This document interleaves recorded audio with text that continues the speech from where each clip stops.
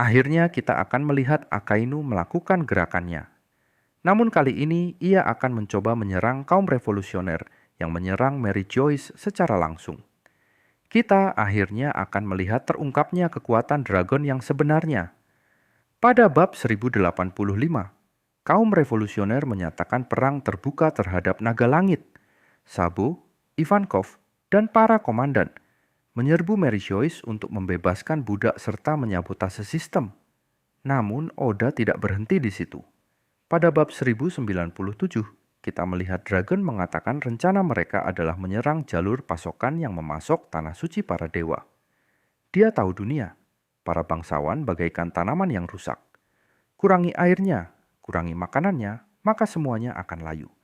Dan bab 1114 menegaskan bahwa ketika Vegapunk mengaktifkan transmisi yang mengejutkan, dunia mendengar segalanya tentang abad kehampaan, dan Dragon memperingatkan bahwa kaum revolusioner akan terjun lebih dulu untuk mencegah pemerintah dunia, menghancurkan warga sipil dalam prosesnya. Melompat ke bab yang lebih baru di bab 1149, Mary Joyce benar-benar berapi-api. Istana suci terbakar, serangan misterius terjadi, dan Imu mengatakan sesuatu yang membuat rambut semua orang berdiri tegak. Spoiler menunjukkan kaum revolusioner sudah berada di tengah kekacauan, dengan Sabo dan Ivankov merayakan bahwa mereka telah memutus pasokan makanan naga langit. Dragon yang selalu menjadi otak operasi, khawatir terhadap serangan balik karena ia tahu bahwa menusuk sarang dewa akan membangunkan kekuatan terbesar. Dan siapa kekuatan terbesar di marinir saat ini? Yah, itu adalah Akainu, pria yang di Marineford ingin membakar apapun yang berbau ancaman, dan di bab 1113 dia melihat Luffy berubah menjadi dewa matahari selama transmisi Vegapunk. Akainu bukanlah tipe orang yang mengirim wakil Laksamana untuk menangani urusan keluarga. Dia sudah menunjukkan di bab 1054 bahwa jika menyangkut kaum revolusioner, dia sendiri yang akan maju. Ingatkah saat dia melelehkan seluruh Ohara hanya untuk menghapus sebuah ide? Sekarang bayangkan dia mengetahui bahwa Dragon, pria yang paling dibencinya daripada bajak laut, sedang mengisolasi pemerintah dunia.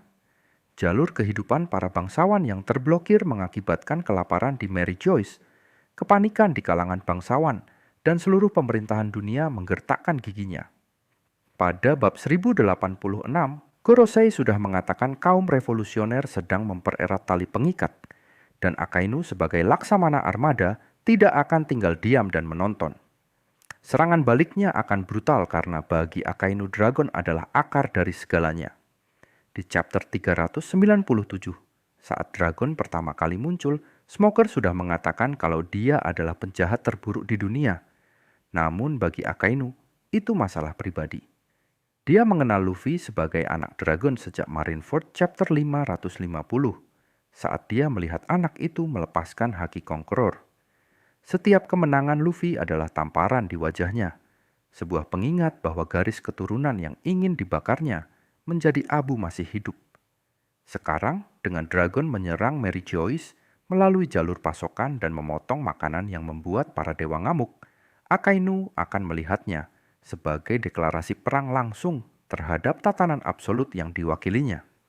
Pada bab 1115, saat seluruh dunia mendengar Vegapunk berbicara tentang naiknya permukaan air laut dan abad kehampaan, Dragon memperingatkan bahwa kaum revolusioner akan mengerahkan segenap upaya untuk melindungi warga sipil.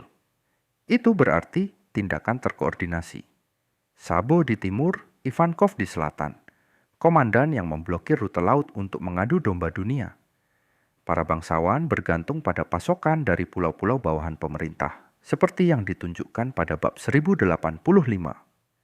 Ketika budak diberi makan sisa-sisa, hilangkan itu dan kaum celestial akan merasa lapar, sesuatu yang belum pernah mereka alami. Dragon mengetahui hal ini akan memaksa Gorosei mengirim pasukan besar untuk mematahkan blokade. Dan siapa yang lebih baik daripada Akainu, pria yang tidak ragu membakar seluruh pulau untuk memimpin misi itu. Akainu akan menyerang karena dia sudah menunjukkan bahwa ketika jantung pemerintahan terancam, dia akan menyerang terlebih dahulu. Dalam bab 792, ia menjadi Laksamana Armada dan bersumpah bahwa keadilan absolut tidak menoleransi kelemahan. Dengan persediaan yang terbatas di Mary Joyce dan kepanikan serta para bangsawan dunia berteriak meminta makanan, Akainu akan melihat ini sebagai kesempatan yang sempurna untuk menyerang dragon di titik yang menyakitkan. Dia akan mengumpulkan armada Buster Call dengan kekuatan maksimum dengan wakil Laksamana seperti Momonga atau bahkan mungkin Kizaru jika dia masih dalam kondisi prima dan langsung menuju rute yang diblokir. Tujuannya bukan hanya untuk membersihkan mereka, tetapi untuk menjegal revolusi untuk membunuh dragon dan mengirim pesan ke dunia. Siapapun yang mengacaukan para dewa akan terbakar. Dragon, di sisi lain, berada tepat di tengah-tengah kaum revolusioner. Dalam bab 1097, dia mengatakan rencananya adalah menyerang jalur pasokan untuk melemahkan naga langit. Dia tahu hal ini akan memancing serangan balik, tetapi dia juga tahu bahwa ini adalah saat yang tepat. Ketika permukaan laut naik, seperti pada bab 1114, warga sipil akan membutuhkan perlindungan dan kaum revolusioner akan berada di sana untuk melindunginya. Namun, Akainu tidak peduli dengan warga sipil. Dia peduli dengan ketertiban. Dia akan menyerang tanpa ampun, melelehkan kapal-kapal revolusioner, membakar komandan-komandan, dan mengarahkan sasarannya langsung ke Dragon, pria yang mewakili segala hal yang mengancam keadilan absolut. Hal ini mungkin akan terjadi setelah Elbaf, saat Luffy sedang menuju ke pulau berikutnya dan mendengar dari koran atau Denden Mushi bahwa ayahnya sedang diburu. Darah Luffy akan mendidih karena Akainu bukan hanya sekedar musuh, dia adalah hantu yang membakar saudaranya. Reuni ayah dan anak mungkin terjadi di tengah-tengah serangan ini dengan datangnya sinar matahari di detik terakhir untuk membalikkan keadaan. Akainu akan menyerang karena Manga telah menunjukkan bahwa dia tidak memaafkan ancaman terhadap inti pemerintahan. Serangan baliknya akan bersifat personal karena Akainu tahu Dragon adalah dalang di balik segala hal yang mengancam ketertiban. Dia sudah mengatakan di bab 397 bahwa Dragon adalah penjahat terburuk di dunia.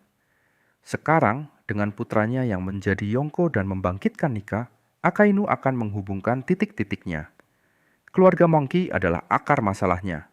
Menyerang Dragon saat ia menghalangi pasokan makanan bagaikan membunuh dua burung dengan satu pukulan lava, membuka akar dan memenggal kepala revolusioner.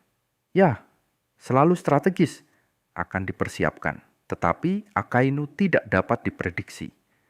Bila kebencian sudah mengambil alih, ia akan datang membawa magma mendidih, mencairkan lautan, membakar kapal-kapal revolusioner, dan mengarahkan sasarannya langsung kepada orang yang telah dibencinya puluhan tahun. Pertarungan ini akan menjadi epik karena Dragon meskipun belum pernah menunjukkan kekuatan penuhnya, orang yang memiliki komandan seperti Sabo, seseorang yang telah melawan seorang Laksamana. Ini bisa mengarah pada momen saat manga sedang matang. Luffy menemukan ayahnya di tengah pertempuran. Akainu mengikat ayah dan anak ke dalam api yang sama, dan konfrontasi yang akan membuat Marineford tampak seperti permainan anak-anak. Akainu menyerang Dragon sementara kaum revolusioner menghalangi pasokan, sedangkan Oda menekan tombol kekacauan, menghantam bangsawan dunia di tempat yang benar-benar mereka rasakan, dan memaksa Luffy ikut dalam pertarungan keluarga melawan keadilan mutlak. Bab 1086 sudah memperlihatkan pertumbuhan dan kepanikan atas kaum revolusioner. Bab 1114 memberi peringatan pada Dragon bahwa mereka akan bergerak sungguhan. Bab 1149 menunjukkan Mary Joyce terbakar dan mendapat serangan misterius. Potongan-potongan itu menyelaraskan para revolusioner yang memotong pasokan, para bangsawan yang kelaparan, membuat Akainu mengirimkan pasukan besar untuk membuka blokir rute dan membunuh Dragon dalam prosesnya. Inilah yang mungkin terjadi, karena manga sudah menjabarkan petanya. Akainu akan menyerang karena dia sudah menunjukkan bahwa dia tidak menoleransi ancaman apapun terhadap pemerintah. Pada bab 1054, ia menjadi komandan dan menyatakan perang total. Sekarang karena pasokan terhambat, ia akan melihat ini sebagai momen yang tepat untuk membakar revolusi, bersama dengan para revolusioner yang menghentikan makanan agar tidak mencapai Mary Joyce dan memengaruhi dunia. Bangsawan yang tidak pernah mengenal kelaparan akan menjadi target utama.